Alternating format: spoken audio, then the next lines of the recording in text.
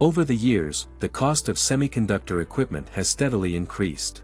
The demand for advanced technology has led to the development of more sophisticated equipment, which comes at a higher price.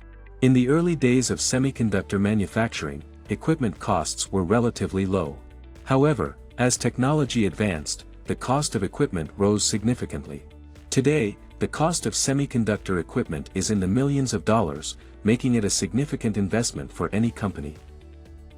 One reason for the high cost of semiconductor equipment is the complexity of the manufacturing process. The equipment used in the process must be exact and accurate, which requires advanced technology and materials. Additionally, the equipment must be able to handle high temperatures and other harsh conditions, which also drives up the cost.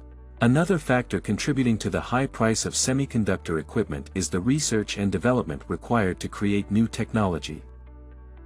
As companies strive to stay ahead of the competition, they invest heavily in research and development to develop new and innovative equipment. This customization requires additional research and development, which drives up the cost. Eventually, semiconductor companies focused on manufacturing must develop elegant solutions to balance cost versus feature requirements.